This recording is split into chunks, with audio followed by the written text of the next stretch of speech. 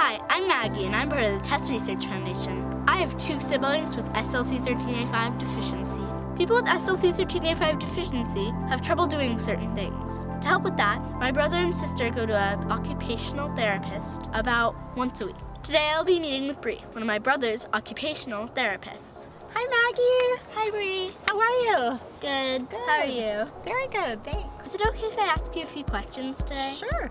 So, what is an occupational therapist? Well, an occupational therapist is a therapist whose job it is to help children engage in their everyday occupations. And so at school, for your brother, that would be writing, that would be cutting, that would be maybe opening his lunchbox to participate in lunch, or pumping his feet on a playground swing.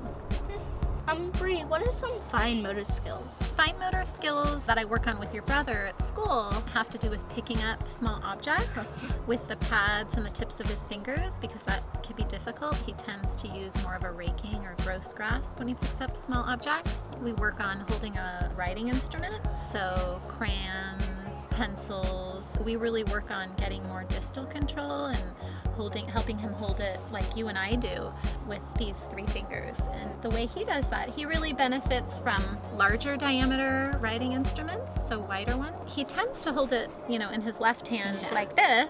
So this handy writer grip, he places on his wrist like this, and then he puts the crayon like this, and it just helps him hold it where he needs to in a tripod grasp. Sometimes we work on making a large C for his name, but he also has a name stamp in his classroom, and I think you've seen him because your mom ordered some, but he stamps his name at the top of his paper.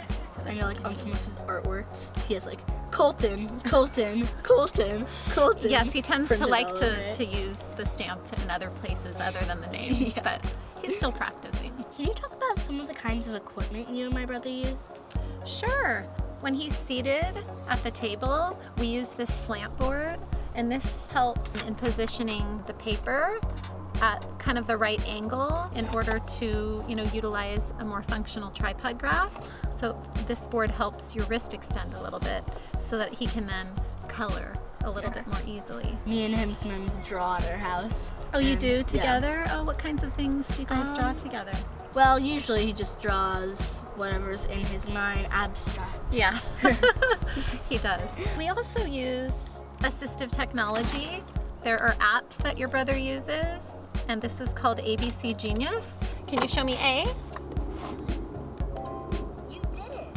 So it's presented in a field of 2, and then he can use either his thumb or his finger, which he likes to do, or he can use the stylus to do it, but you can try it. Good work. Okay. So he uses that too. Yeah. To work on and show us the letters that he knows. What are some other exercises you and my brother do together, and how do they help? Well, your brother tends to have sort of a rounded posture and has difficulty staying sort of in the midline, up like this, and sitting up straight. He tends to lean. He's sitting in this chair because it stabilizes his core so that he's more stable distally and can draw. Bye, Brie. Thank you so much for teaching me about occupational therapy. You're welcome.